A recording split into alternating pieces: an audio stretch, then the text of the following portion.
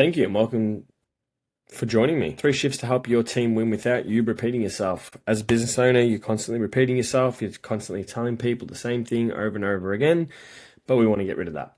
We want to be able to get back our time, which is ultimately the most precious thing we have as business owners and as humans or workers. So let's get into it.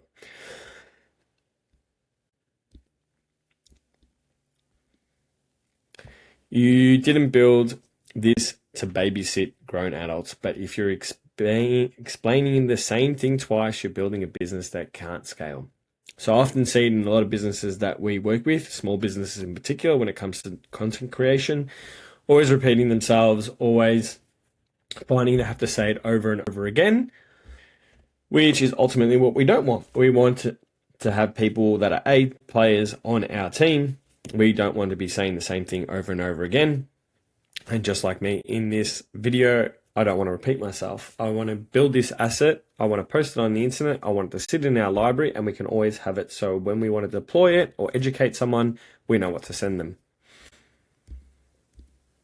So most founders think the answer to team confusion is better meetings and clever Slack messages. No, absolutely not. My business, personally, I'm the owner. I have 10 people that work underneath me. I run Loom videos. We put them into libraries. We run them as assets. We also film on set to explain things, how things work, what's the procedure, and we have just a library of content that is built around how to do things and what the expectation is. I'm not repeating myself. They can watch a video. It moves them down from being what to do next to becoming doers and just knowing where to find these assets. The mistake is they keep saying what to do instead of building systems that say it for them. So to give you some insight, my business runs online mostly. I run a lean business. I chose to run a lean business because I didn't want the overheads. I don't need it. I want to be product focused as well as client focused. So for me to do that, I have my systems built on Notion, Google Drive, Dropbox, automation systems with emails. I have a marketing team. I also have an admin team that looks after everything. We have a channel that runs all the automation, and also our CRMs are all automated. Just like this video you see here, we'll go into our email marketing.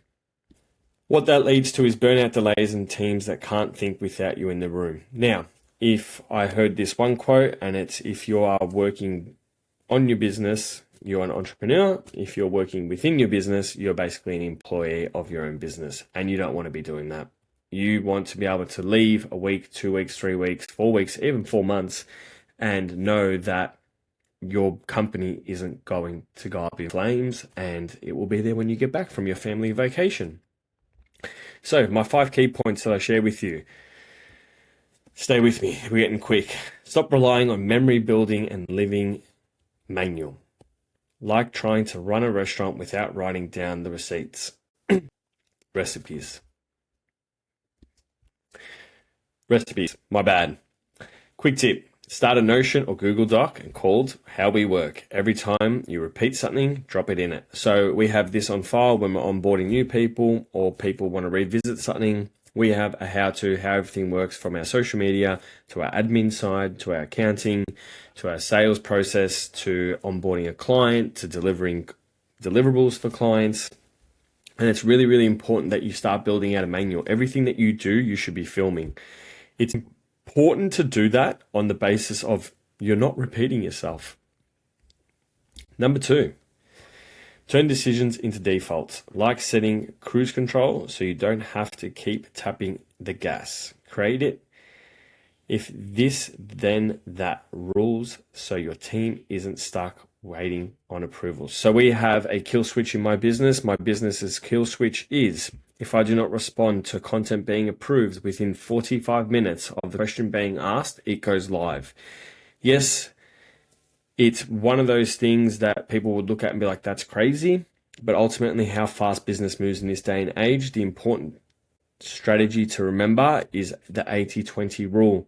With the 80-20 rule, you want to give 100%, and then you want to take away the 80% and the 20%, but you want to take away the 20% and run with that. If that's what gave you the results, you compound that 20 and you continue to A/B split test those results. So the kill switch is effectively, we go with it, whether I'm there or not, and then we learn from that data of why it didn't work, and with thoughts and feedback, we then shift and change according to that. So it's really, really important to have these metrics so when you're not there, things will still happen and you need to just let people do what they do best. It's really important because you are hiring people that tend to be smarter than you. You've taken the risk being the business owner, but there is someone out there smarter and brighter than you, and you need to respect that. And for them to work at their best, you cannot restrict them with your micromanaging. Overcomplicate context, not just task. Like handing someone a hammer without telling them what they're building, you don't want to be doing that. When assigning anything, say, here's what it is, why it matters, and how we'll know it's done. So basically giving from start to finish points, give them the context, give them the information, build out the video or content that you need for that. So that way you're not repeating yourself. They understand the standard and you've set the bar and the expectation. You will often find people will exceed that expectation if you give them the opportunity to be them within the barriers you've given them. I'm not saying that they're going to go off the rails and completely do the difference, but if they know where they're starting and where they're ending and what the barriers are, you'll find that they will exceed your expectations. That's why you hired them. Replace check-ins with scoreboards. Ever seen a coach yell, "How's it going?" in the middle of the game? No, they're just checking the scoreboard. Use a shared dashboard to track progress instead of asking for updates. So we run a Trello, which runs cards, and every person part of the team has a card, has tasks, it has end dates, it has task lists. It also has the descriptions, any discussions, Zoom meetings, emails from clients, whatever it might be. And we keep them all on file so everyone is aware of what's happening in these little pockets.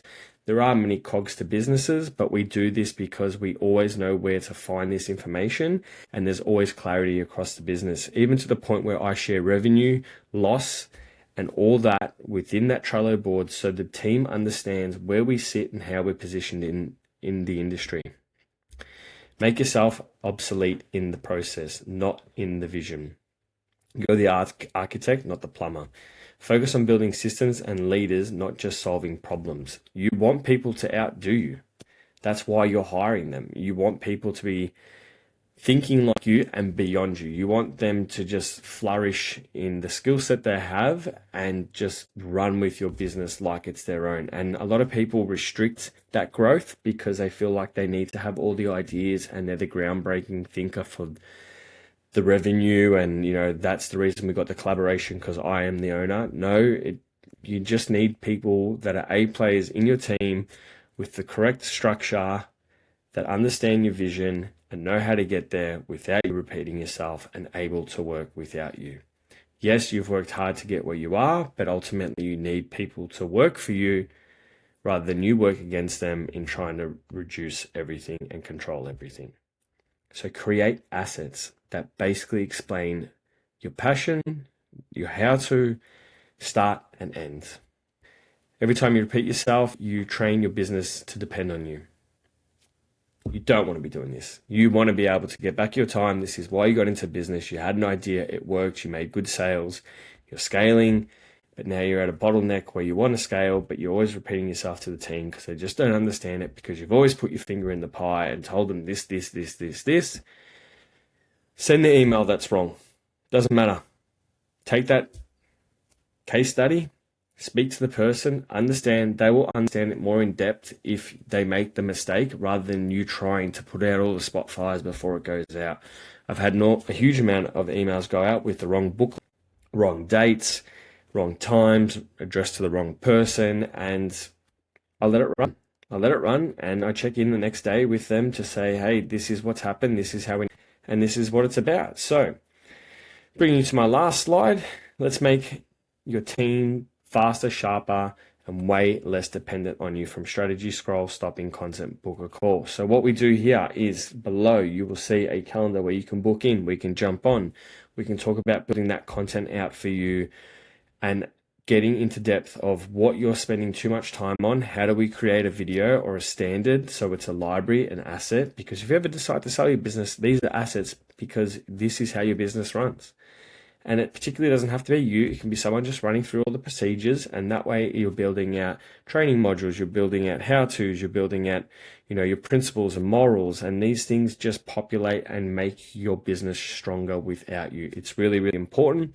Just like this video, my team can watch it. They understand the way I'm thinking. They understand my vision. They know where I want to be heading. This is our lead magnet, but it is also our asset. This can go into email marketing, funnels, sales pipelines. This can go into retargeting ads. This can just go out to an email blast. We can create content around this video. It just becomes very powerful when you start documenting, recording yourself, and it speaks volumes when you're able to walk away and your business operates without you. So if that sounds like something that you're interested in or you'd like to discover more for your business, let me know, reach out. We can have a chat and hopefully you learned something. If not, we have other videos you can watch.